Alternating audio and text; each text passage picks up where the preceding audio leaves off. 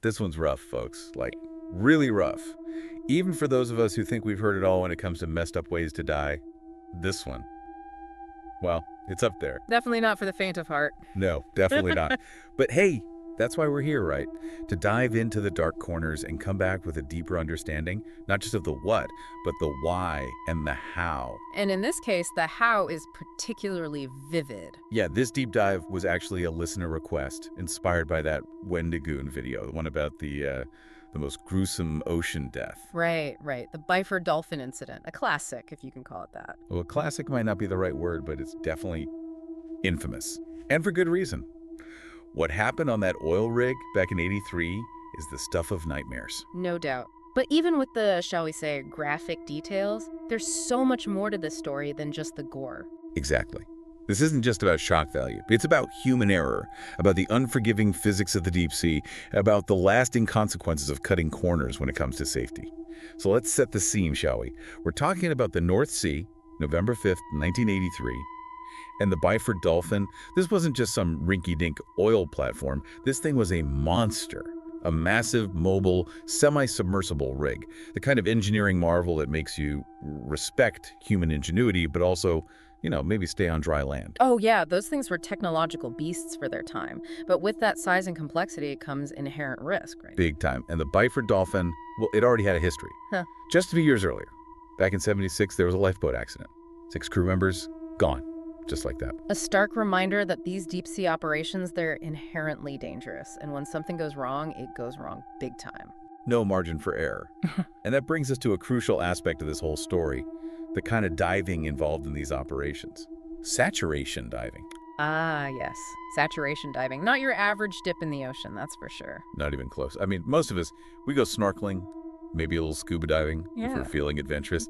But saturation diving, that's a whole different beast. It's like the difference between, say, walking to the corner store and, I don't know, climbing Everest. Both involve putting one foot in front of the other, but the stakes, the preparation, the sheer physical and mental toll, worlds apart. So break it down for us. For those of us who haven't spent much time under 300 feet of water, what exactly is saturation diving? In the simplest terms, it's all about pressure. The deeper you go in the ocean, the more pressure your body's under. Normal diving. You're limited by how much your body can take before you risk decompression sickness, the bends. Nasty business. Yeah, not something you want to mess around with. Absolutely not.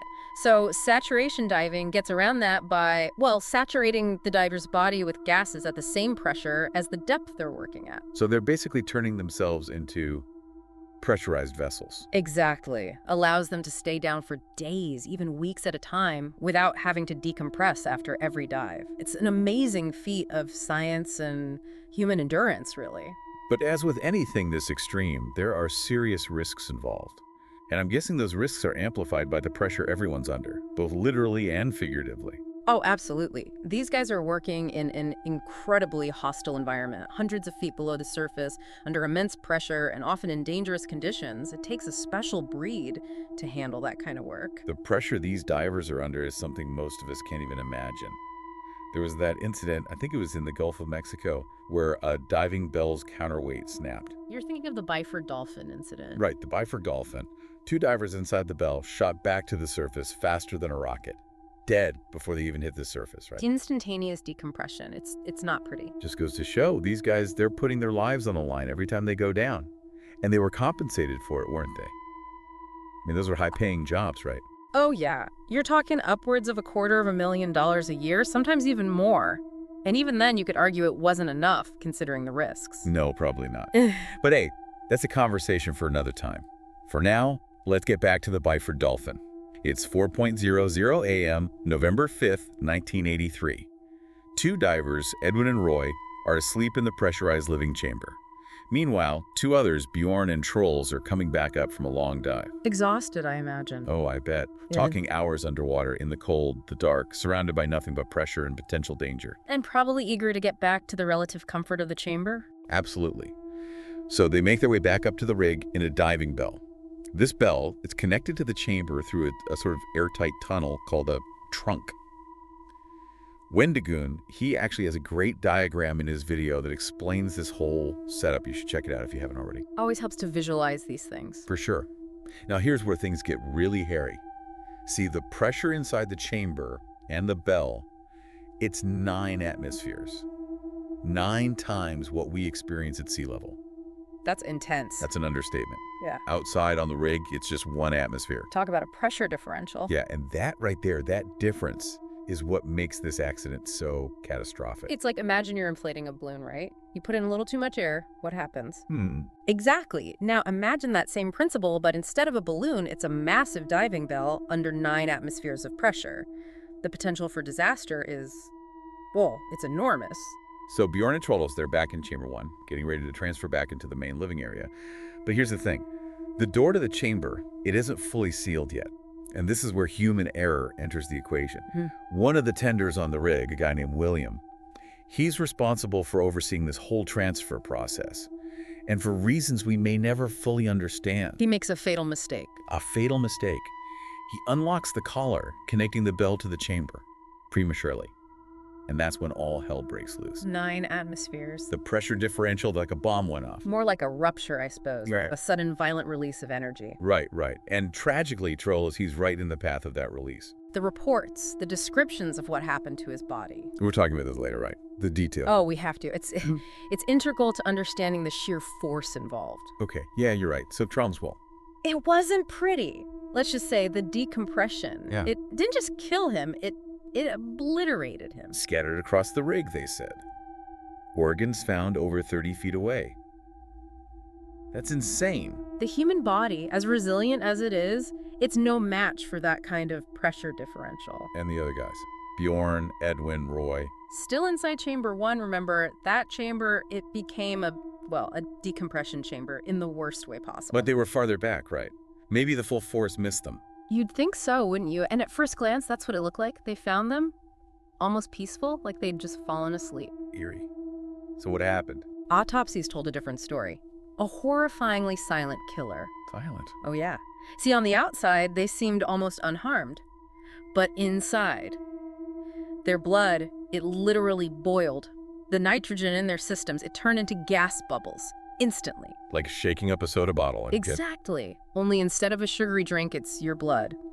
The medical examiner, he described finding large amounts of free fat in their blood vessels, mixed with gas bubbles, he wrote, and looked like sizzling butter on a frying pan. That's awful. A gruesome illustration of what happens when the human body is subjected to those kinds of forces. It's not just about dying, it's about the violence of it all. The speed, the intensity, it's hard to even wrap your head around it. And that's just it. We're talking about forces that are beyond our everyday experience. The deep sea, it operates under rules that are completely alien to us land dwellers. It makes you realize how vulnerable we are, doesn't it?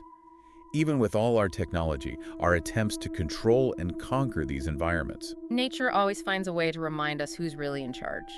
So what about the investigation?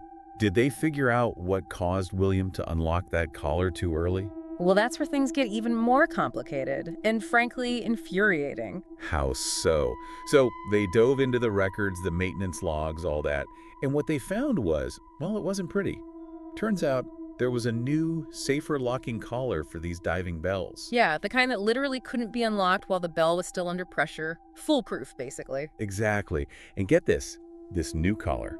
It was already mandated for oil rigs. They knew there was a safer way to do things. What? But the Bifer Dolphin, because it was an older rig, they got grandfathered in, exempt from the new regulations. Can you believe that? Classic case of bureaucracy at its worst, Yes. right? Rules are rules until they're not. And in this case, that loophole, it costs lives. It's infuriating. And it gets worse. The investigation also found that other safety features, like pressure gauges and warning lights, things that could have alerted the crew to a problem before it was too late, missing. Multiple layers of failure. It's like a textbook case of how not to run a dangerous operation. A textbook case with a horrifyingly real-world cost. Even the coroner's report, it basically said the same thing. If the door had closed automatically in case of pressure drop, I'm quoting here, these 4 divers and the tender might have survived. Haunting words, especially knowing that it could have been prevented. And of course, the oil company, the Norwegian government, they tried to sweep it all under the rug. Blame it all on William, the tender who unlocked the collar. Easy scapegoat, right? He wasn't around to defend himself. But the families of the victims, they weren't having it. They knew this wasn't just some tragic accident. This was negligence. So they formed the North Sea Diving Alliance. And in 2008, 25 years after the disaster, they sued the Norwegian government, and they won. A bittersweet victory, if there ever was one.